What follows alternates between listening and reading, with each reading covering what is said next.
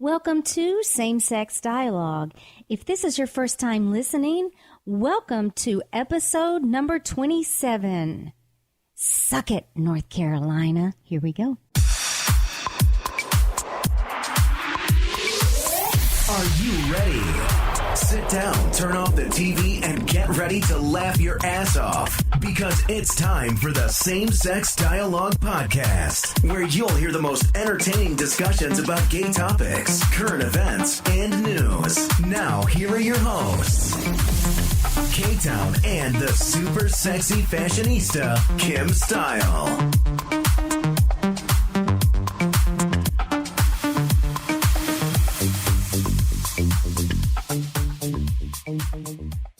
Hey, it's Kim Style. And K-Town, and we are glad to be with you guys for another episode, and it's 27, and I really cannot believe that it's 3 more episodes, and this season is going to be wrapped up. So Wrapping it up. Yeah, we're going to take a little break, and I can't wait until that happens. So We're going on a cruise. yeah, we are, among other things. So we're going to have a good time. I look forward to that. You know, Oh, yeah, I see you up there packing right now. I've been packing for 3 weeks. What do you mean? You packing. I went there. I'm like, she is already packing for this trip. Well, we have to pack for Miami. We're going to be there for 3 nights. And then we drive back up to Fort Lauderdale, and then we sail off for another 5 days. I've never packed for 2 vacations or 2 trips at the same time. I know. So You really prepare for your trips. yes, I do. Because every outfit has accessories and shoes to match and different hairstyles and colors. And I like to pack a last day. You do everything last minute. Imagine that. I'm a planner.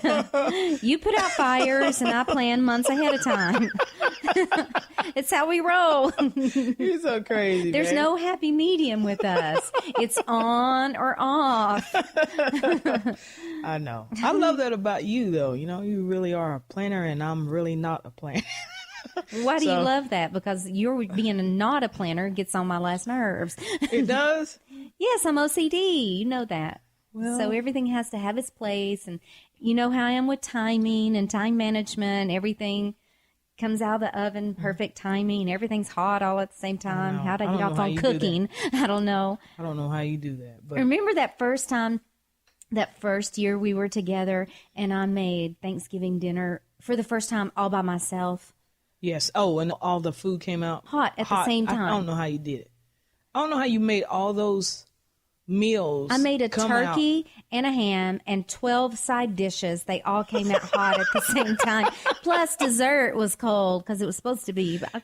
How did you? Actually shocked myself. I couldn't believe it. Honestly, I've never seen that happen before. You know, most people get together with their family, and somebody brings the turkey. Right. Somebody else brings the dressing, and I will usually bring the sweet potato casserole. Right, that's how my family does. You know, I got a big family. I did and the that's how whole they do thing it. all by myself. I'm like, y'all get out of my kitchen. I got some stuff stewing in here. Yeah, so you did great. I mean, I really surprised myself on that. I don't know how you do it, honey. Toot my own Part of horn. your time management. You know what? But I've never seen anyone on time as much as you either. I've never seen that ever. I don't know how you do it. I don't honestly. either. Honest to God, I don't. I'd say about, I don't know, a good percentage of the population's late or always late like I am. No, you just think they are late because you are always late. They are late, honey. Come on now. Give me some. Now, if it's a party or something, I do like to show up a little casually late because I want that boom. You don't want to be that person that's first one there. No, waiting. I don't want to help with the appetizers. I want to get there and show up for champagne. You have to make your entrance. That's don't right, you? my boom entrance. But you were laughing at me earlier because I was so aggravated with my phone.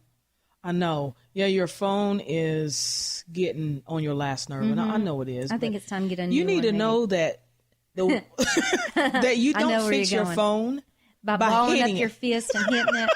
I just needed to work for me. That's all. So it's very frustrating to a girl that knows nothing about technology. That's not how you fix your phone, Yes, honey. you do. Sometimes it makes it work. Sometimes it's like, oh gosh, I better work. She's gonna beat the crap out of me.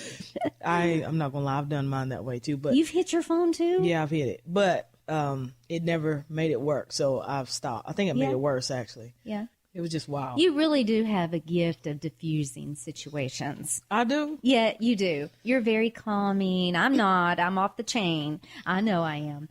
And you have a gift of diffusing me. I will say that. Huh? My little tyrant ass. I don't think so, honey. When you're on one, you just will not stop. Easy, Tiger.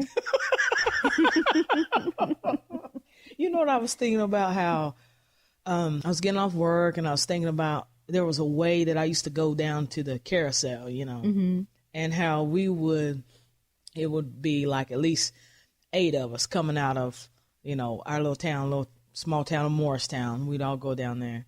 And we would be like, before we would leave, we would be like, okay, who's going to be the designated driver? And so, somebody, Jenny, Michelle, somebody be like, yeah, I'm going to do it tonight because I let y'all get lit, last week, or I got lit last week, and I'd be like, okay, so we good. So we start our drinking. We get down there and just drinking. I'm talking about having a good time. You know how the carousel used to be elbow to elbow. Oh, yeah. What'd you do? Look over and your DD's drunk. Elbow to elbow. So it coming at the end of the night, we ready to go back. And I'm like, we good. We got our designated driver, Yeah. But turn around, our designated driver Throwing up. Yeah, in the bathroom, sick. Our designated driver be drunk. I mean, every time. So how we solve that is that we'd be like, well, who didn't drink that much? Somebody be like, well, I had 1 or 2 beers or something. I'd be like, well, you're going to be the one that drives home. Every weekend it would happen without fail. Seriously. Even when I say I'm going to be the designated driver, every time somebody be like, a beer or 2 is not going to hurt you. Yeah, a beer or 2 is not going to hurt you. A shot or 2 is not going to hurt you. You know what I mean? Yeah, But I miss that. I miss going out and partying. Actually, we should do it we should do it more. It's funny when I used to go out. I would tell people, I'm not going to drink tonight. I might have 1, maybe 2, no more than 3. Take me home after 4 drinks. You're going to have to carry me out of here 5. So all my friends are like, I know, Kim, you're not going to drink tonight, are you? No, you're just going to have 1 drink, no more than 2. We're going home after 5. You are crazy. 5 glasses of champagne is pretty much a bottle. It's rough. Yeah, especially with you. You know what? I am never, ever drinking it with you because you remember we were going somewhere and we were going out to a little sports bar and you said, hey, you want some champagne? And so I was drinking the champagne and I was like, wait a minute. I was like, I got a buzz. I was like, I really got a buzz. And what'd you say? I said, oh, I forgot to tell you I put some vodka in your champagne. I can't believe you did that. Well, I did that one time because I was told, oh, it's 10 times worse, better, whatever you want to call it. When you add vodka, a shot of vodka to 1 glass of champagne, it will set you over the edge. Do not do this if you are not staying home for the night. It's something about that combination that it's the bubbly that carries it to your system so quickly. I love it. And intensely. I loved it, though. Yeah, it's fun. I did it that one time, and that's all it took for me. But it was fun. Yeah, I'd give you We had a good time that night, though. Oh, we always have a good time. Quick buzz, but I didn't expect it to come up on me like that, Well, that one time you did it, and you didn't know I put vodka in your champagne. Remember we were playing, we had game night at the house, and we did that to you and that other girl. Oh, yeah. And your face was down on the card table. You, big you. Oh, yeah. Yeah. You can handle it. No, I could. You don't drink that much anyway. I'm really not a either. It has to be champagne. Drinker. That's juice for most people. Wine is my drink of choice. I really love wine. It's got to be red, of course. And I like, what is that we normally get? It's not Merlot? Yeah, Merlot. Yeah, that's your favorite. Yeah, that is my favorite. And I love it. Yeah, I love it. So anyway, we have some people we have to thank, right? Yeah. So we're going to continue to do that. And supporters. Yeah, absolutely. So we are going to start off. I'll let you start off, babe. Oh, okay. Okay. Let me get my look smart glasses on. All right. We have My personal friend, Allie Binge. Shout out to you. Hey, girl. Hey. Hey, Allie. My friend, Gianni Marcino. William Miranda Brooklyn from New York. Eric Burrell, Knoxville. Gail Marie Hardy, Knoxville. Ben Byers, Knoxville. Jennifer Dion, Norfolk, Virginia. Awesome. And who do you have, K-Town? I have Siren Sabrina from Knoxville, Michael Murphy Martin from Lexington, Kentucky, Philip Riley Fair from Atlanta, Georgia, Martin Gibbs from Knoxville, Vanessa Markham, which is, our friend. She's from Knoxville, Christina Hutzel, who really should be our social media expert. She's so good at it and supports us all the time. Christina Hutzel and Bridget Thomas, who are all three of those are good friends of ours. So thank you so very much for supporting us. If you would like for us to give you a shout out, all you have to do is go to our Facebook page and like it. And the more you like and share our stuff, you will be voted Super Fan of the Month, in which you will get some extra goodies for holding us down and keeping our name out there and supporting us. And we do appreciate it. Also, very, very important, Podcast Awards has opened up its nominations for this year. It's the 11th annual Podcast Awards. Yay! And since we have a podcast and you are listening and you love us, please go to podcastawards.com. And there, all you have to do is scroll down to the GLBT category. You're going to put in same-sex dialogue.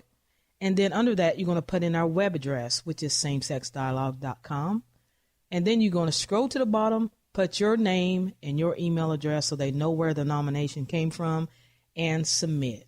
Just like that. So doing that helps us get our name out there. We get some promotion.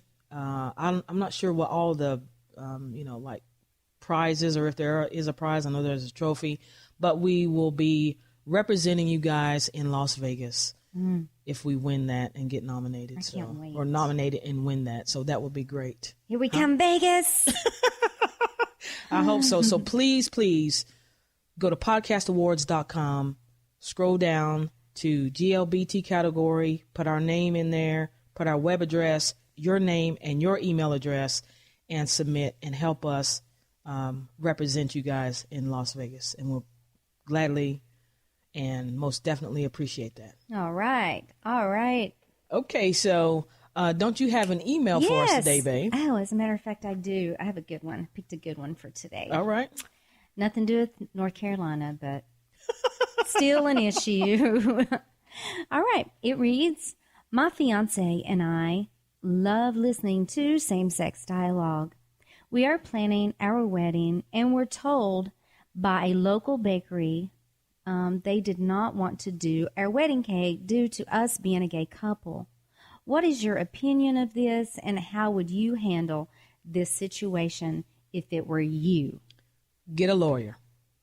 Well, this is from Emily and Lori in Mississippi. We feel you because we are all in the Bible Belt together. Right. With Mississippi from, Tennessee to Mississippi. I don't even know what all is considered. I just know southeast, actually, right? Right. It's their loss, definitely their loss if they don't want the business. And granted, I wouldn't want someone to bake my wedding cake that doesn't want to do it. Absolutely. I want someone that is extremely gracious for my business and that would actually support the LGBT community. They don't have to be part of our community, but just not judge us and seclude us. Right. I agree. I totally agree. But you know what? Thinking about that now, remember there was a lawsuit about the couple that sued the bakery for not, refusing actually to make their wedding cake. Right. They won. They won the judgment. However, that company was refusing to pay the award. Okay. And they finally paid it. It was like $250,000, something like that. Really? But they paid it. So. Ooh, get a lawyer then. Scratch what I said. And go to Bora Bora for your honeymoon. What? Who am I? Why are you asking me? Ask K-Town. I don't know. So not worth it. You know, they should just make the cake. You know, just do it. Or, you know, be prepared. Yeah. Because that's a person's right to sue you when you have a business and you are refusing people because of your whatever, your belief, your prejudice, whatever it is. That's what you open yourself up to. So, well, that reminds me, a couple years ago, a friend of mine was, they were getting married, and they wanted it in a barn type setting. Well, there was a wedding venue, you know, in the outskirts of Knoxville. It was for weddings only. It was this old barn that they had fixed up. It's really cute idea. Oh yeah, I believe it. Yes, okay. And you know, they let them come in and look at it. The whole family agreed that's where the wedding was going to be held. And once they found out it was two girls getting married, they told them they could not do it. And this was before gay marriage was legal. And she said, "Why can we not do it?" She said, "Because gay marriage is illegal." Well, that didn't even really make sense. And she said, "I'll tell you what, you can rent the place, but you can't call it your wedding." And she said, "It is my wedding, and no, you won't get my money." And I thought that was, you know, that's exactly what I would have done. I wouldn't give her my money if she's not supportive. What was the name of the business? I'll say it. What was the name of the business? Honestly, I don't remember the actual name of the business. It was in Loudoun County or something? In Loudoun County, a very rural area. It was a barn. I do remember you telling me something about that. I don't know, but I wish I knew the name of the business, because people that do that, they need to be put on blast. Yeah. I'm sorry I don't have it, but you guys, I'm sure you can look it up. But at that barn, I do remember. It was beautiful from the pictures you showed me. But they did refuse them once they found out that it was two women getting married. Well, what's funny is, and I've said it before, they would take their money. Yeah. Because money trumps religion. That's right. And that all stem from their religious beliefs.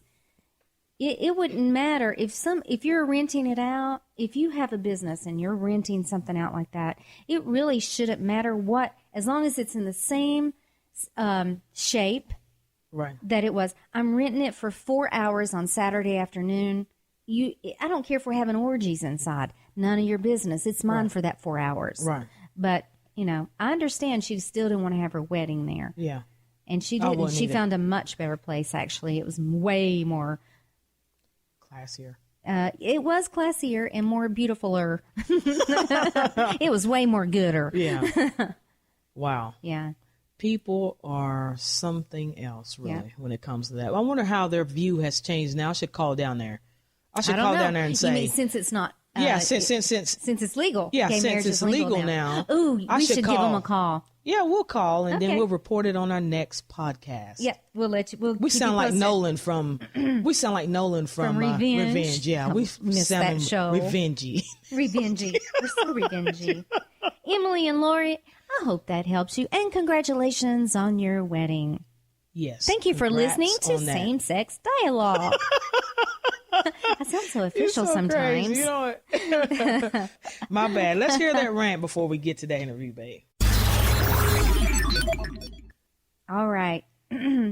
Ladies and gentlemen, one size does not fit all.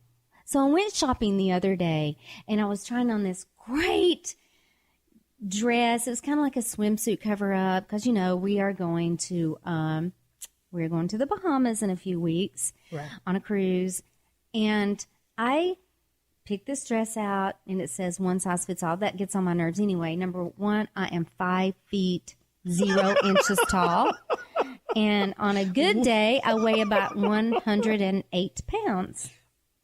So I picked this dress up, and I thought it said small, or S for small, but it was OS. And I asked the lady, I put it on, and it's hanging off my shoulders. It's like 7 feet too long. I'm tripping over it, and it's big in the waist. And what is it? What does OS mean? One size fits all. That's crazy. And I said, what does OS mean? She goes, oh, honey, that's one size fits all. I said, obviously it doesn't fit all. One size does not fit all. Stop making clothes that says that, and you expect everyone to fit in. Good and damn well, one size does not fit all. No, it just doesn't. It doesn't. So that's the end of my rant. But no, it doesn't. It does not fit all. All right, and so now for the latest in LGBT news.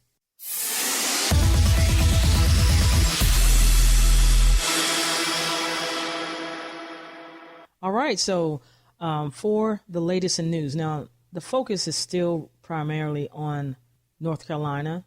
North Carolina has passed a bill that blocks transgender individuals from using public bathrooms that match their gender identity, and it stops cities from passing anti-discrimination ordinances to protect gay and transgender people. That bill has caused a ridiculous uproar, shitstorm.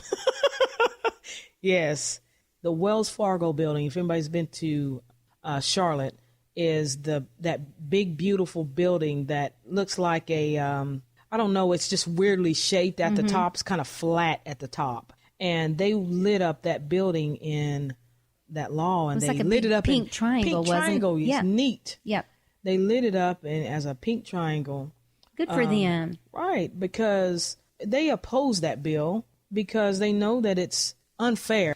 This bill blocks transgender individuals from using public bathrooms, right, that match their gender identities. And it stops other cities within North Carolina from passing anti-discrimination ordinances to protect gay individuals. Who do they think they are? Seriously. Gay and transgender. I've never heard of anything. This is the most, they said it's the most discriminatory bill in the United States now. It is. I believe it. Absolutely. Absolutely. And kudos to Wells Fargo. Yeah, and all the other corporations that are jumping on the bandwagon to protest this, because this makes the whole state look bad. This makes everybody look bad. Yeah. The last time I seen it, though, he was actually rewriting. He signed a bill or signed something to rewrite some of that. Let me see if I can find it. Oh, because it's hurting his pocketbook. It's going to hurt their economy. Let's see here. All right, so the governor has tried to undo some of the damage caused by the new law by signing an executive order that expands equal opportunity protection for LGBT employees of the state. And so far, that's all he done. I mean, he's trying to, what do you call it, backpedal? Yeah, backpedal. Yeah. He's doing the backstroke on some of these. Suck it, North Carolina. You're crazy. So right now, that's it for that bit of news. Thank you, Wells Fargo, for taking a stand. Awesome, baby. All right, so we're going to get on with the interview with Kevin Hogan, and we hope you guys enjoy the show. All right, guys, so we have Kevin Hogan on the line again. How you doing, sir? Hello, ladies. Oh, you make me feel so welcome. I just love being here. So I'm doing fine. I'm doing very well. And how are you guys today? We're good. We're good. And we are sassy. I'm so sassy, Kevin. You just wouldn't believe it. I'm on my third glass of champagne already. What is it, 2:00 in the afternoon? Excellent. Those grapes were lucky to be crushed for you. That was a worthy thing of them to do, I tell you. So. Yeah, absolutely. Well, cheers, prost, slancha, any language that says bottoms up. That's me to you guys. So well done. That. Now I have to ask, are you guys back from vacation? No, actually, we leave May the 5th. Yes, that's May 5th. May 5th, and yes. we will be back on the 13th or 14th. We haven't decided if we're going to spend a couple days in Miami because it's Gay Pride that weekend. Yep. So we may be spending some time in Miami that weekend. So we may be back on the 20th. Hey, you better hurry up. Now, this is bad. This is bad news, and I'm not trying to make fun of it. Okay. But you just said that. Did you see the latest results from, I don't know what the study was, but they said within the next 100 years, like Miami Beach could be gone. What? You got to be kidding me. Yeah. I know if it takes 100 years, we're not probably going to be all that worried. But But no. Oh, my Terrible. goodness. They were That is talking about terrible. doubling the climate change is due now to do something like falling off a cliff and double the amount of water melt and the Wow. rising of sea level within the next 100 years, like doubly fast than what they had ever dreamed of. And if that happens, Miami Beach, all of it is in jeopardy. Oh, you got to be kidding me. Yeah, Ooh, so our friend we better get it in now. No, Can you imagine that what's his party? name? Can you imagine that party down there? I mean, Oh, my God, my gosh. Yes, that's unbelievable. I still remember. I know we're giving ourselves. I still remember the way people partied in 1999, thinking that it was going to live up to everything that Prince had promised. Absolutely. The artist formerly known as. And it was like I thought about that now, and I'm like, my God, we were absolutely nuts thinking of what it was going to be like in 2000. We couldn't even dream of writing 00 on checks. That's right. That's right. We thought the world was going to end. Remember? Y2K. Yeah, Yes. Y2K. Yeah. It's the only New Year's Eve I didn't go out and party. Yeah. God, I regret it. Kevin, I was out partying. You were, because you're I a party partied. animal, K-Town. Oh, yeah. Wow. Yeah, I remember that. I actually remember parts of that night. Parts of it. Love it. So, How funny. well, here we are in the present, this interesting time of current events and such. Huh? 2016. Thank you very much. Yes, Yeah. absolutely. Yeah. Yeah, because I was actually doing a show for, I don't know if you ever heard of it, out in Santa Cruz with Rob Watson. He was a former, he's an alum, I guess you would say now, of our radio show that I do with Scar Fullerton there, the Healing Stigma on Left of Straight. Uh-huh. And so Rob asked me to come on his show. And, this is just after the news came out from North Carolina, the terrible, upsetting news there for transgender rights, human rights, however you want to talk about it. But, it was one of those things I said, I was talking about being on your show, and I said, I was just wondering how much attention that and other things right now are getting down where you are. Right. It is getting a lot of attention. I mean, just you said it right when you said, well, just human rights. It is just human rights, Kevin. I mean, exactly. It doesn't matter who you are. You have a right to use whatever restroom you feel comfortable in. Right. I saw something on Facebook today and I loved it. It said, guess what? You've already shared a bathroom with a transgender and you're just fine. Yeah. I loved it. I loved it. It's that whole thing. I think we even mentioned it before, but I'm going to bring it up again. It's that insidious argument that there's no fact and no support in any kind of statistics or studies that ties in this kind of, abuse of either our wives, our daughters, or our children because of, these people that are, a pedophile is going to put on a dress or whatever. So, if you understand the journey that any of our transgender brothers and sisters go through, the victimization they go through. This is why I say I think at times the way we can join together as a rainbow community, I consider myself after what I went through my stigmatization to kind of be the canary in the coal mine. So I can sniff out when someone else is being made, the victim of stigma when ultimately they're the ones that have already been victimized. So I'm glad it's made it down there, and I'm glad that people are speaking up for it because it's so important that we co-promote the good, the good word, and be it through humor, be it through good reporting. But I'm so glad it's down there and people are talking about it. As I said on Rob's show, I said what I'm doing is I'm trying to make sure that everyone understands the world is watching, and obviously companies. That's the other crazy thing, huh? That you've got what is it, like major corporations may tilt this because obviously diversity in their brand with their consumer as well as with their employees now is so important. Who would have thought that, we would be, as a rainbow community, looking to corporate, not just America, but international corporations to say, hey, this is important to our image and to who we serve. That's amazing. I didn't see that move coming. Right. I've already seen one story, and I don't know if it's been brought up yet because my social media team's so busy. I shoot everyone ideas, and it's brilliant, and then we keep going with it. But I know already that there's an app, I believe, in North Carolina for transgender people to be able to safely use bathrooms. Now, of course, there's not enough on there, but I believe it's through private enterprise even that people are signing up to make sure, just the same way you would, find out maybe, hotels that are safe for, to bring your pets maybe. I don't understand how the app works, but I know there are people trying to use technology, smarts, good people to prove, hey, we're not all bigots. We're not all crazy. We understand human rights, and you are important, as any part of our community is important. And again, like I said, that's what we need to do, is promote that news when it comes out, as well as keep the spotlight on the negative stuff. Those people try to pull a swift one, because they've already said this. They said, look, even if it doesn't happen this time, we'll wait and get it with the next governor. So this fight isn't going to go away. That's why we have to keep unifying and keep our words going and stronger. People say, oh, when is this fight going to end? Everyone's accepted. No, we're not. As long as one member of our community is suffering, we're all suffering.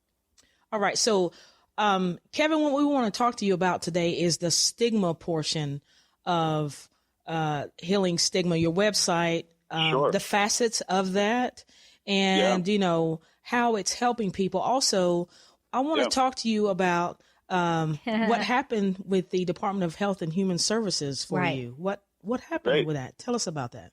Great. Yeah, well, that's actually, they're both kind of the same thing. So let's start with that second part, and then I can elaborate from there where we're going. Okay. But yeah, this is literally just the other day now. I've been asked to serve on and this is actually since the second time I was invited to the White House. And I met some folks there that were interested in putting together a trauma-informed committee through the Department of Health and Human Services. And I'm part of a committee that is working with faith leaders, even though I'm not a faith leader. I'm there as a stigma expert. But basically, it's working with leaders of communities in this sense through interfaith leaders, working to understand how is it that by being informed of things like trauma, like stigma, how can we better serve the community as a whole? So this isn't pushing a religious aspect of it. And naturally, I've stood up and said exactly, who I am as a bisexual leader, my backstory, where it came from. Right. And I know it raises eyebrows in that room, but that's the reason why I was asked to be there. That's the reason why I'm there, because I can be in the room and say, look, as a survivor, as I said before, as the canary in the coal mine, you don't want to lose me as a member of your community. Right. I'm the person that you want to hear my story. So it's sometimes people can be very good and excellent at, how should I say, it's not a pride march. This is very tense at times. It's a lot of serious conversations. But ultimately, if everyone understands in that room that we have the same overlap of agenda. I mean, look, here's the thing right now. There are people that are being stigmatized for their religion. Right. And there are people that are being stigmatized as a result of, let's say, not having religion. There are so many crazy things in our own country and then internationally that are going on right now that individuals in groups that are stigmatized, when they get cut out from the community, the end result, as I've said before, oftentimes it's self-harm, worse, it's suicide, and worse than that, it's taking that anger out in a cancerous, perverted way that then harms others as well, with that rage of being ostracized from community, ostracized from respect, and ultimately ostracized from your own identity being fulfilled because you've been labeled as something less than who you are, and who you want to be. Right. All right. So in the sense that what happened was we've been having a monthly meeting, and this past month I was asked to present pretty much the question that you posed, K-Town, is the fact that, where are we now in helping our communities with the idea of healing? What is Healing Stigma about, and how can it help? So, I literally just had the microphone for, my goodness, maybe under 15 minutes to present the idea, or get it out there, and then answer some questions, and then set it up as I was a panelist and others were up there, but the response was overwhelming. I can tell you that. I basically started with a quote about what I felt stigma was like when I wrote my first Huffington Post article right after the Ashley Madison hack. And again, for listeners that are just hearing me for the first time or haven't had the chance, if you just put in Kevin Hogan with the Huffington Post, you can see all of my blog posts so far. But the first one was 37 million scarlet letters, or why I celebrate being bisexual. And it was right after the Ashley Madison hack. And I understood at that time, I had that feeling that, people are going to be ostracized from their families, from their community. And unfortunately, there were even, there were suicides that resulted there. And oftentimes people who felt themselves as either, some type of leader in the community or a religious leader couldn't face what was happening. And it was the stigma then that kills. Right. It's the stigma, it's the fear of stigma, let's say, that kills. So I started with my definition of it as a survivor. Then I had my co-author for the book that I'm writing, Healing Stigma, A Survivor's Guide to Repairing Identity in the Internet Age. And so anyone who's listening out there and wants an update on that, all of these things you can go to the website and see a lot of it. But when I was presenting, the Informed, Dr. Gallister Levy, my co-author from the University of Chicago, he's been doing this for over 40 years.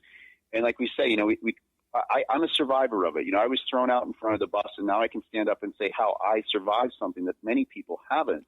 But my definition and his definition, that is academic and informed, they're amazing how much they're the same. And this was before we met and started writing the book.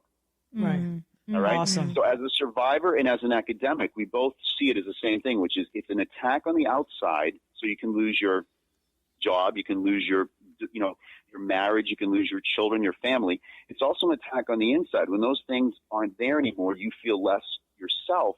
And so it's an attack on your identity from within. And oftentimes people who are the victims of stigma, be it sexual, your sexual orientation, be it, body image, be it something to do with poverty. There's so HIV status, all of these things. When stigma takes effect, when you're labeled with a stigma, regardless of what it is, it follows almost the exact same route. Right. I mean, that's what I'm proving with the book. That's what the program proves. So that's why my particular path doesn't have to be someone else's, but my path of survival, what the program can supply, which was why I was talking to faith leaders when I was presenting this, is, look, for me right now, these three prongs that come up in terms of making sure that you're trying to create a community as opposed to ostracize and break, is it more important to throw someone out of your church than is it to understand what they're going through and understand that, something such as alcoholism, domestic violence, these can be one part of a multi-pronged problem with stigma, that if you understand the stigma that the person is going through and find out who the person is under that label, then you're not just helping that particular person, you're most likely helping a family, and that family wants to be part of that community. And if you're helping that family be part of the community, you're taking stigma away not just from that one victim, you're taking stigma ultimately away from the family and the rest of your community. And that's what we need to do. Look, love's a very powerful thing, but it has to be put into practice, as I said, because when I was stigmatized, this program didn't exist. That's why I put it together. That's why I reached out to someone like Dr. Levy, the best with academics, and we put together the program. So by the end of the presentation, people were thrilled in the sense that they want to know more of it. I will say this. There's two things for your listeners to consider this, and they can both find it through emailing me, Kevin, at healingstigma.com, or going to the website, www.healingstigma.com. But I now have on there a professionals group to share resources, to share good practices. And again, people can reach out on Facebook or the website there, as well as a peer-to-peer support group, a secret group for victims that have been stigmatized and need that help right away to understand, hey, what can I do? What's this next step? And of course, all the other services, be it, corporate services or whatever, they're all there. They're a click away. But where the program goes from here is so interesting to me, is the fact that now, as this is starting to take shape, it's getting to the decision makers that I'm so interested in doing. It's making sure that we understand stigma is not something anyone is born with, but when we use it, when it's a label, be it in politics, be it in our society, our local community, our statewide or national or international, when you throw stigma around, you're actually throwing labels that harm, hurt, and ultimately come back to harm us in our own communities. Yes, right. Absolutely. Right. Yes. Kevin, I can relate on a very minor note as far as you have, survived stigma with your bisexuality or whatever have you. I'm learning just through you how much stigma there is for on different people, for different people. And then I have realized that there is stigma on me personally. Right. And I know that you do personal coaching, and the stigma on me is because I do celebrate being a sexy woman. I'm not ashamed to admit that. I am sexy, I am woman, and I am lesbian. However, I have been stigmatized as superficial, flighty, also slutty, because I do dress sexy and I'm a very sexual being. And imagine this for a second. Imagine a man who dresses sexy as a sexual being. You wouldn't dare call him slutty. That's confident, or, oh, he's sexy. You know, I mean, a guy takes his shirt off for a Diet Coke ad, and we're all supposed to, you know, everyone's supposed to stop and drool, you know. But here's the one thing I can tell you, dear, because both of you are so lovely and so sexy, and because my bisexual life, yeah, there it came out right, but my bisexual wife, as well as myself, we both love you for how sexy and your style. I mean, there's a reason why it's Kim's style. You know, there's Kay, and there's the whole town with K-Town, and then there's Kim with all that style. Don't change. That's an expression of who you are. And when we self-stigmatize ourselves out of guilt or fear of not wanting to be stigmatized, we kind of tarnish our own rainbow.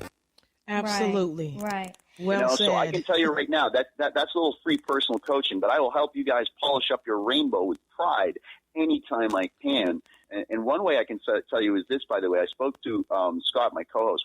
Absolutely, I'll say this right now.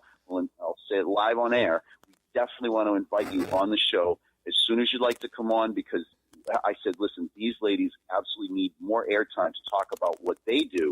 Because Scott, by the way, he's a really great artist of radio, and I would love to hear you guys talk about where you see radio going and the subject. So if you'd like to sometime, we would love to. That would be a four-way conversation where we'll interrupt each other a ton, I'm sure. But I would love to have you guys on. Imagine that. Imagine that. One more thing, I just want to say too about the stigma. Oh, that to me. Enough about me. What do you think about me? But you know what, Kevin? I cracked him up finally. You know what? I look at people, and kudos to anybody that loses weight and has the motivation to get in shape.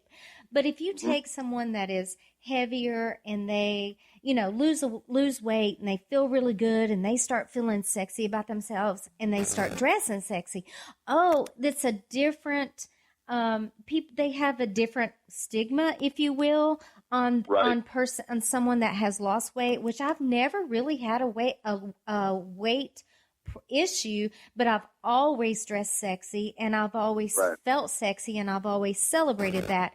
However, I've always had the stigma of being slutty, which I'm not. I've never been a cheater. I've never been promiscuous. I've never done anything like that.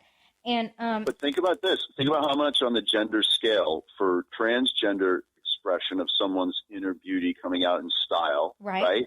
Gender queer expression, and the feminine expression, which I find very powerful and beautiful. But the fact of the matter is, when that's expressed in anything but the male form, this patriarchal damn structure that we have reaches out and tries to slam. And here's the crazy thing: is sometimes the worst is within, you know. And I'm not trying to knock, you know. There's you know, there are women now that have these, you know, and I've seen it on campuses. They'll have slut marches to challenge this, to challenge not just the image, obviously, but to challenge the word itself. Good for them. You know, absolutely. And I say, you know, however you do it, absolutely perfect for you. Because here's the thing about it. As I see it, almost in every step of the way, feeling good about oneself, expressing one's sexuality, you know. How should that be something that's owned by men to be a positive thing, and then doled out in the way we deem fit to others, you know, even if they're men, but not of our own style? I mean, my God, haven't we had it with figuring out who you're supposed to be by your Brooks Brothers suit? That went out so many decades ago.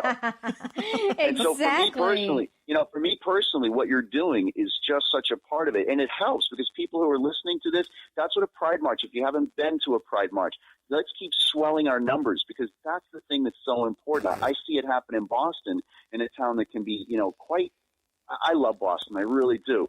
But, you know, like I say, we're still the land of Scarlet A's, and we're still the land of academia. So it can be free thinking, but then we have to keep pushing that box outside of academia as well and think for ourselves. Right. Kevin, I was wanting to ask you about the Facebook group that you guys have formed. Yeah.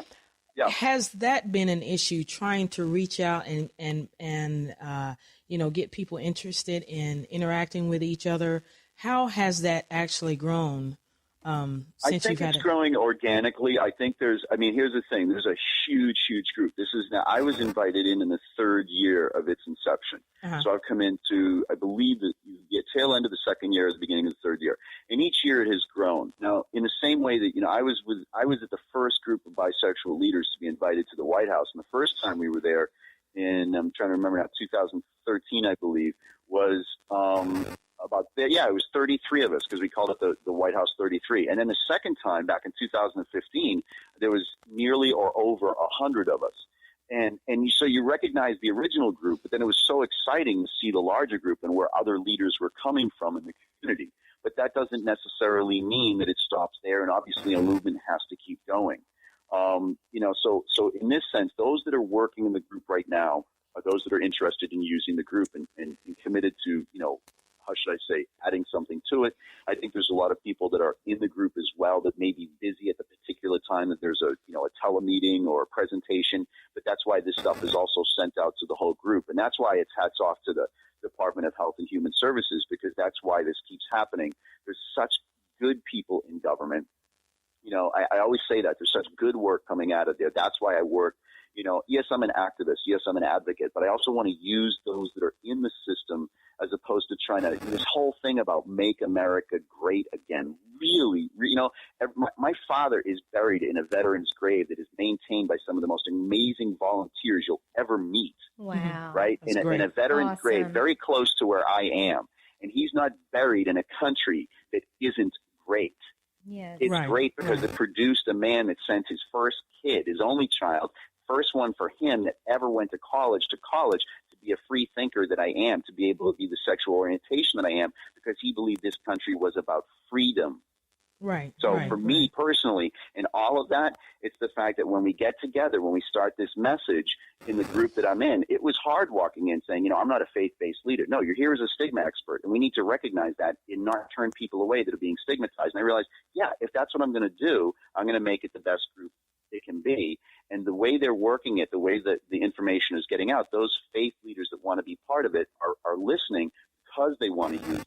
Yeah. It's not being, it's not, I don't find it a confrontation. Those that don't want to use it, they're not going to use it. They're probably not going to attend the meeting. But yet the numbers keep swelling and our numbers keep growing, and it becomes more and more interesting. And the conversations that I'm hearing are fascinating. So this presentation I did was partnered with another presentation from a community where almost every single person, it was a beautiful video, was a faith leader, but also I'm going to steal an example where someone, goes to hand their keys as maybe closing up the church, let's say, or after, I'm making this up, maybe a bingo game. That's so stereotypical. But somebody's closing up a part of the church, and they go to hand their keys to their priest, and they almost pull it back, and they're like, well, there's something on there I don't necessarily know that I want you to see, or I'm ready for you to see. And it's an AA medallion. And then the priest takes out his keys, and on his key ring there's an AA medallion as well. And it's this whole idea of not seeing ourselves as perfect, not seeing ourselves as, in our own communities, as whatever your stigma is, you can then recognize it in others. Whatever that addiction might be, we have an epidemic of addiction ripping through New England with the opioid crisis. And if we don't recognize that and take it seriously, it's gonna rage out of control. Right. So that's where it is. I think the people that are using it are some of the smartest, brightest people I've met. Are they up against great odds? You bet. Yeah. Are they using every penny they have and looking for more to make ends meet, to make sure that, when programs don't actually cover what they're supposed to cover, that through donations and through whatever they can do. I think, nowadays religion is, we break it down again into things that are black and white for a quick sound bite, for the evening news. But there's so much good coming out of these organizations that we have to be careful when we stigmatize an entire religion or an entire group of people. We're not doing, like, as I said, our communities any good whatsoever. Yeah, absolutely. The more I talk to you, Kevin, the more I realize how personal this is for you, especially after hearing that story about your father. Tell me a little bit about your personal coaching. And I personally, if I wanted to come to you about my stigma that I talked to you about earlier, what are the steps you would take, and how would you walk me through your personal coaching? God, you guys ask the best questions I just got to say that. You ask the best. I love talking to you guys because they're always insightful, and I get why so many people love listening to your show. So you guys are great at what you do. Keep doing it. So anyway, now to answer your question. The thing I think that's very, very important is to identify for the person calling for personal coaching, it's usually a victim of stigma. Sometimes it is someone wanting to help someone that's very close to them. And so what I try to do is break down. There's two things you want to kind of share here, which is tell me, express to me, and I will use everything I have to define what this type of stigma is that you're going through. Because sometimes there's multiple stigmas that a person is sorting through. Right. So it's like, so on that one hand, what I do is there's a, naturally it's the information that this person is giving to me in confidence. They understand what I've been through. This is someone who's non-judgmental. Tell me what it is, and I will break this down with you very quick and, in a very forthright manner as to what the stigmas are that I see that you're dealing with. All right, or not dealing with, which is another reason why personal coaching is so important. Remember, we want to get this done as quickly as possible. If there's other help, if there's other, type of counseling that is needed, we want to make sure that person gets to that, and I recommend that, or, through their health care, that's done as quickly as possible as well. I'm not trying to step on or diagnose something that I'm not qualified for, but in the personal coaching for stigma, that happens, and there's oftentimes a great light bulb moment. And in that light bulb moment, the second thing, and this is why I can share it as well, and you guys know this, is it's not just because I write poetry and enjoy the success of meeting other artists and talking to them on things like radio, but oftentimes when the person that I'm talking to, they want to do something. And this is where the coaching comes from my personal experience. No, I was not stigmatized for necessarily the same thing that you're being stigmatized for, but aren't you calling me because you want my coaching to be personalized for you? Yes. You want every bit of, you don't have to take my advice. I'm very humble, remember. I've had 20 years of teaching high school students Shakespeare and, basically coaching people to do the same thing over and over and over again in rowing. But it's the craziest thing that when you do that, you learn how to be very humble but helpful to people that want it. And I've had a great career already of helping people. And to me, this is a lesson that's, as you said, very personal. So what I say is this: if someone is frustrated, which usually they are, there's two parts to it. So we work on what is the stigma and then understand it, because that label operates in the same way. And I have some pretty good ways of making it personal, but showing the person what the overall operation of stigma, how it operates, and where it is in their lives in that moment. All right, because there are stages to it. Then the second thing is I like to work in the terms of the coaching to get past this is, and I think this does come from the background also as a coach, is working on, usually a person wants to set up a plan to do something, but oftentimes that knee-jerk reaction lands one more into a yelling contest, a sour grapes match, where you wind up doing more harm to yourself or acting out in a way that people close to you even think that you're just becoming the stigma. What I mean by this is oftentimes people will display, great moments of rage or desperation or anger, depression, and people say, look, of course you're that thing that you're being stigmatized for, when actually the person is enraged because no one is listening to all of them, their full self. Right. And so that's why, for me, the idea of expression becomes part of it, and working out a plan to, it's not, here's the difference. This is why I think, I'm not bragging, but why I think the program and what I do is so good. There are a lot of programs out there that are geared towards ending stigma and talking about a life and how wonderful it will be when we're all educated and we don't stigmatize. And I hope that day is going to come. But in the meantime, this is the one program out there for people who are being stigmatized, who have been stigmatized, and are suffering through it in a way that's why I call it healing stigma. It's a scar. And to heal it is to make it part of yourself, but then make yourself grow stronger, absorb what has happened, and then be able to express it in a way that you find community, you find your identity, and you repair that. And that's why I think coaching, personal coaching, works for those that I work with in such a fast manner. As I say it this way, it's triage. I refer to it as being able to jump into a pool or the water and help someone who's drowning. They may be panicking in that moment. You have to help them take control of their body. You have to swim them to safety, or they're going to drown. And that's what the personal coaching feels like to me when I work with people, because I've been there. I know what it's like. I can jump in the deep end with them, and I can certainly recommend other professionals, because now I'm doing this on a full-time basis. Wow, that's great. That is great. Yep. I want to tell our listeners this, that the Lammys, which receive national and international media attention, bring together 600 attendees, including nominees, celebrities, sponsors, and publishing executives, to celebrate excellence in the LGBTQ publishing community. That is something that you're going to be a part of. And yay. How awesome. Oh, my, that you read is that. awesome. You gave me goosebumps. Yeah, you read that. You gave me goosebumps. Hey, it gave me goosebumps when I read it. Me too. I was like, whoa, what? This is what he was telling us the last time we talked to him. Yeah, we had no idea it was this huge. This is incredible. And we are very, very happy for you. Yeah, thank you. Well, first of all, it's just, it's one of those things that you kind of forget when you're, I'm so fortunate to have my debut poetry collection, my Riestrad. It's a Gaelic word, don't be afraid. But it's on Amazon, and people can also click on my bio just about anywhere on the website, and you can find it. But I'm going to spell it so people hear it, and I'm going to say it again so they get this title, because it really represents going outside of the English language for me to find a word and an expression to go through to express autobiographically what I went through through my stigmatization, and then finding community, finding self, and going through this identity reclamation that makes me even stronger. But it's my Riestrad, which is RIASTRAD, and it's a term that's it's like half a superpower and half PTSD of a very famous Irish superhero, kind of like an Irish Achilles.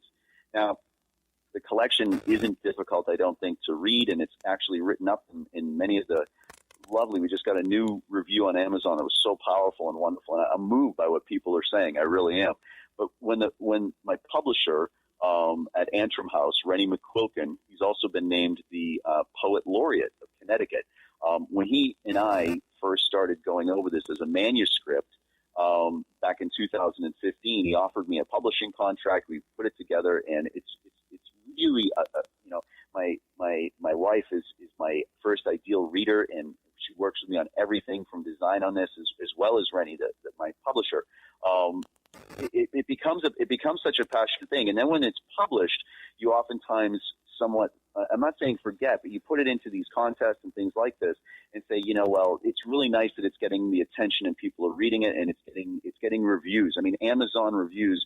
I say this: poets may work so hard to write what they do, but a 5-star review on Amazon is some of the most powerful words written for a poet emerging in his or her career. Right. And so, as I said, the people that are reading it, the responses are so wonderful, because remember, I was a teacher for 20 years of English, when ultimately, just quickly here, a news crew follows me home and labels me the porn star teacher, and in 1 million to 1.5 million viewers in about a 24-hour news cycle. Imagine the change to your life. Right. Well, as I say, stigma is like falling down a well hole, and I feel as though I have written my way out of it, as well as created the program. And to make a long story short on this one, just one of my former students came and saw, a couple of my former students actually came to one of my readings early on, and one of them, she turns her head, she says, you just came up with the most important lesson of your life. You're still a teacher, and now the world is your classroom. Mm-hmm. And she's so insightful. Obviously she's a woman now, but even as high school young ladies, these were some of the brightest, I would say, minds I got to teach. And then to get locked out of that after what happened, I had all of this inside of me, so I started writing this poetry. Now, when the news came in, and this is the funny thing, the Lambda Literary Awards announced then later who their finalists are. So I honestly had forgotten. Not forgotten, but you don't think about it; it just goes away.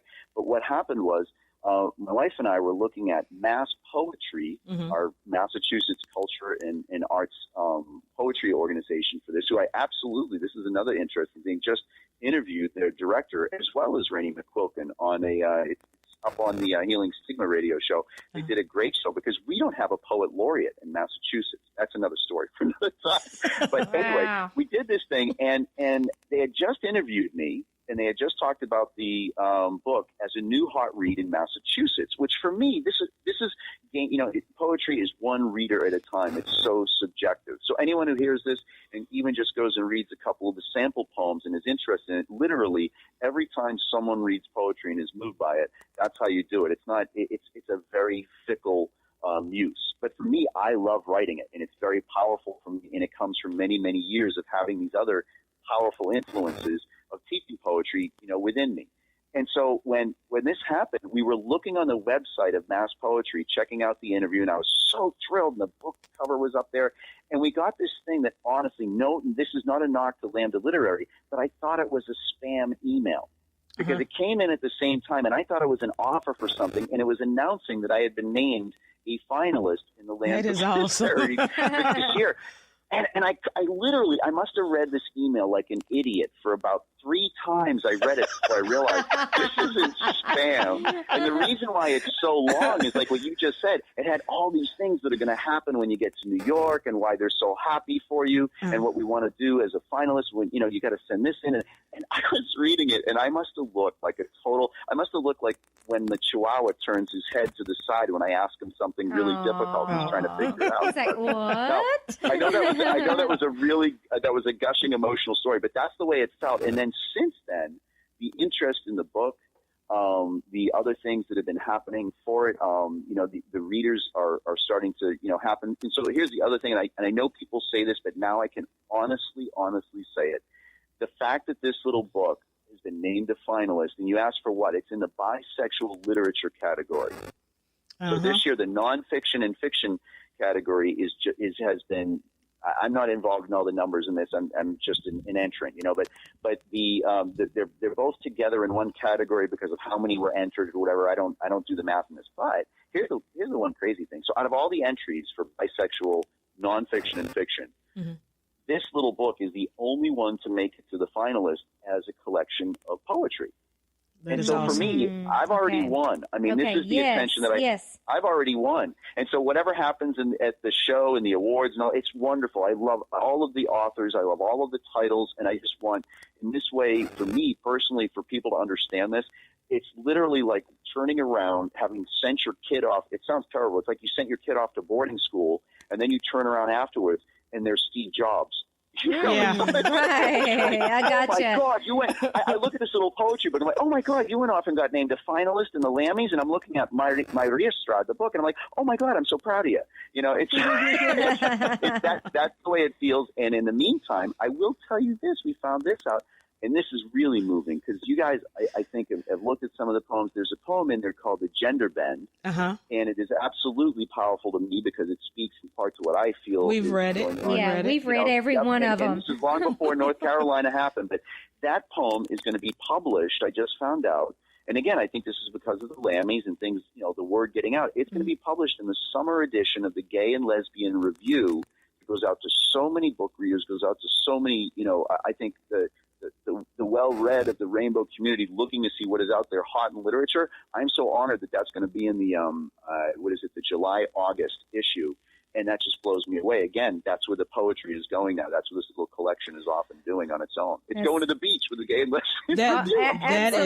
That is awesome. Well, congratulations, Kevin. I can't think of a more deserving being on the planet than you to get this absolutely. nomination. And I'm you know happy what? for you. You know, I wish the two of you could be in New York. I do too. Oh my gosh. Oh, I do too. Naomi and I would love that. So here's what I'm saying.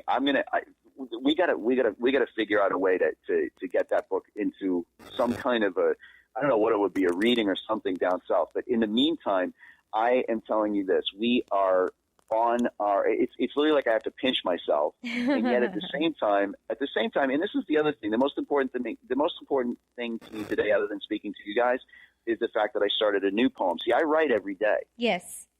You know, and so for me, it's like breathing. And so for me, the thing is remember this, and this is what I say to anyone like that. The fact that this gets attention also allows me to do more and share more of what I love to do and think has a positive impact in a thought-provoking way. You know, you don't do that if you're not trying to help and share something that you believe is a really powerful insight that's hard-earned. Right. And that's the reason why I'm so excited about it, because when other people have been through stigma, I know I'm looping it back, but oftentimes you'll find afterwards, I'm just saying that to our audience, and we know that. For those that have been through, you know, a terrible outing of, you know, outed to their family or whatever it would be in our rainbow community, those scars that we bear and that we hold each other up and hug each other and love each other on Pride Day. Remember, our community is powerful because we absorb that, we heal from it, and oftentimes we wouldn't know that if we didn't express it through art in other ways, like, you know, the art of your radio program is informing people. That art is powerful in the conversation. so that we understand what's going on. All of that, to me, is healing stigma. So you're already part of the team, ladies. Thank you very much. We're enjoying the journey. We are. Yeah, and absolutely. Kevin, we want to thank you so much for joining us on another episode of our same-sex dialogue. And I want to tell you that we read verbatim that what you have been nominated for is the most prestigious, glamorous LGBTQ literary event in the world.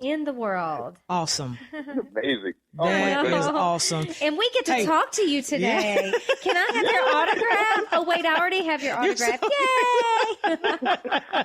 Ladies, you can talk to me any day. We love you both. Wonderful. We love you. Kevin, you have to send us some pictures from while you're in New York. You have to. We'll run it through our feed and everything for you. I will. Hey, Kevin, I will do something really special for you guys. I promise you that you'll. I'm working on it already in my head. But we love you back, and we will do something that brings same-sex dialogue. You know, be it on the tie or something like that. I'm gonna get you with your logo in a picture in New York that you're gonna love.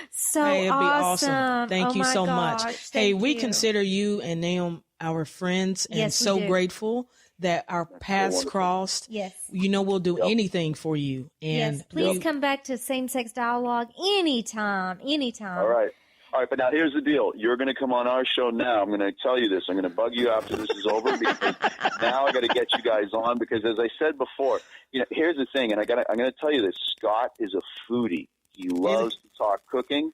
He loves to talk food. And so I've been talking about you guys so much. So here's the deal. I'm going to stop talking about you guys to him, and we're going to get you on the show as well. Okay? We'd love to talk to him. Yeah, we would. Right. We would. Awesome. Thank you, Kevin. What a pleasure. I hope the champagne now doesn't have all the bubbles out of it. You get back to doing those important things, my dear. My champagne, honey, is gone. Absolutely. All right. Thank you so much, Kevin. This has been so fun. Yes. Bye. Love you guys. Thank you, my bye. Bye. Bye. All right. Take care.